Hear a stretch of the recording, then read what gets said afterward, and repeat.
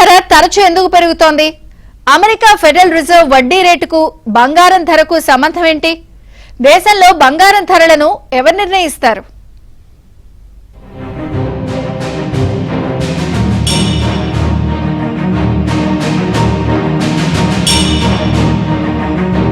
అమెరికాలో తాజాగా వెలువడిన ద్రవ్యోల్బణ గణాంకాలు పసిడి ధర పెరగడానికి కారణమయ్యాయి. అంచనాల కంటే తక్కువగా ద్రవ్యోల్బణం నమోదు కావడంతో అమెరికా ఫెడరల్ రిజర్వ్ వడ్డీ రేట్లను తగ్గించేందుకు మార్గం సుగమమవుతోంది. ఈ కారణంతోనే బంగారం వైపు పెట్టుబడులు మళ్లించే అవకాశం ఉందన్న అంచనాల నడుమ ధరలు పెరుగుతున్నాయి.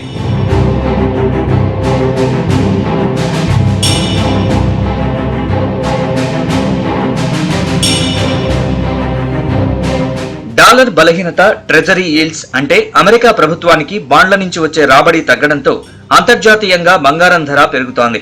దాని ప్రభావం కూడా ఇండియాలో పసిడి ధరలపై ఉంది. ప్రపంచ ఆర్థిక పరిస్థితులు, ముఖ్యంగా అమెరికా ఆర్థిక విధానాలు బంగారం ధరల్ని ప్రభావితం చేస్తున్నాయి.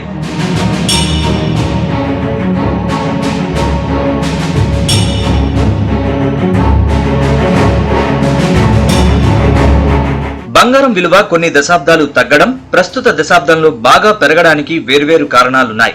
1980లు, 1990ల దశకాల్లో బంగారం కంటే బ్యాంకులో డబ్బులు దాచుకోవడానికి ప్రజలు ఇష్టపడడంతో పసిడి రేట్లు స్థిరంగా ఉండేవని చెబుతారు. ప్రస్తుతం నిజ వడ్డీ రేటు ప్రతికూలంగా ఉండడంతో బంగారం ధరలు పెరుగుదల బాటలో పయనిస్తున్నాయని చెప్పాలి. బ్యాంకుల్లో డబ్బు దాచుకుంటే వచ్చే వడ్డీలో హెచ్చుతగ్గుల కంటే బంగారంపై ఇన్వెస్ట్ చేయడం మంచిదన్న అభిప్రాయానికి జనం వచ్చేశారనుకోవాలి. 2015 చివరి అంకంలో బంగారం వద్దు అనుకున్న వాళ్లు 2016 ప్రారంభంలో మాత్రం దాన్ని సురక్షితమైన ఆస్తిగా పరిగణించారు. అప్పటి నుంచి బంగారాన్ని కొనుగోలు చేస్తున్నారు. పైగా పెట్టుబడిపై రాబడి బాగానే ఉంటుందన్న విశ్వాసము జనంలో కలుగుతోంది.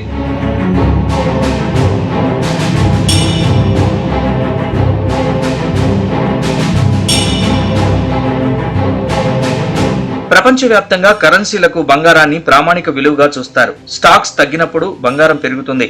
బంగారంలో పెట్టుబడి పెట్టడం వల్ల మీ పోర్ట్ఫోలియో సమతుల్యం అవుతుంది.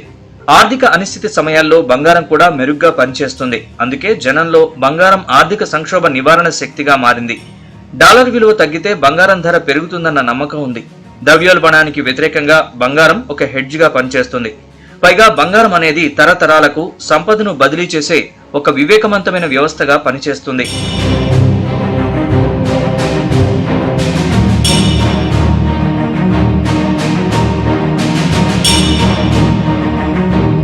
బంగారం ధరలు పెరగడానికి కారణాన్ని పరిశీలిస్తే ఆర్థిక మార్కెట్లలో అనిశ్చితి ఉన్నప్పుడు బంగారం ధరలు పెరుగుతాయి.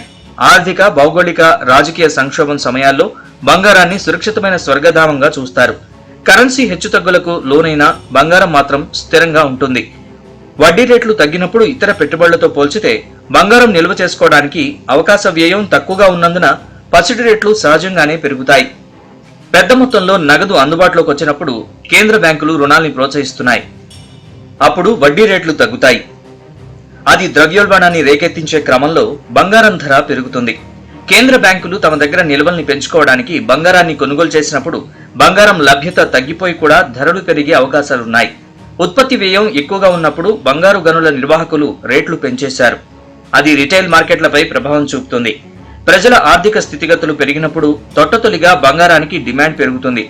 అప్పుడు కూడా ధరలు పెరిగే అవకాశాలే ఎక్కువగా ఉంటాయి.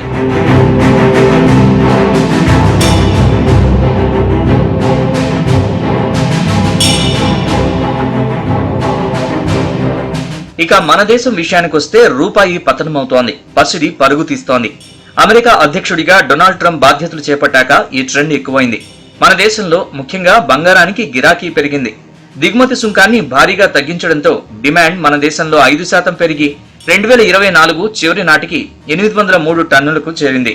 2023లో 761 టన్నుల బంగారానికి డిమాండ్ ఉండేది. పెళ్లిళ్లు, పండగల సందర్భంగా చేసిన కొనుగోళ్లు గతేడాది కలిసొచ్చాయని వరల్డ్ గోల్డ్ కౌన్సిల్ వివరించింది. ధర ఊహించిన దానికన్నా ఎక్కువగా పెరగడంతో డిమాండ్ 700 నుంచి 800 టన్నులకు పరిమితం కావచ్చని తాజా నివేదికలో అంచనా వేసింది. 2023లో 3,92,000 కోట్ల విలువైన బంగారం అమ్ముడైంది. 2024లో ఇది 31% వృద్ధితో 5,15,000 కోట్లకు చేరింది.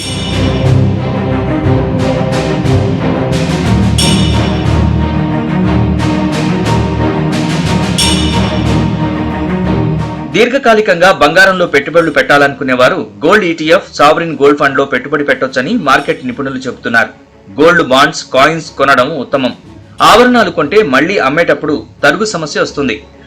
చాలా దేశాల్లో ఆర్థిక పరిస్థితులు అంత బాగాలేవు. ద్రవ్యోల్బణం కూడా ఉంది. దీంతో బంగారం పెరుగుదల ట్రెండ్ మరికొంతకాలం కొనసాగుతుంది. బాగా డబ్బులుంటే బంగారం కొనుగోలు చేస్తే భవిష్యత్తులో మంచి లాభాలొస్తాయి.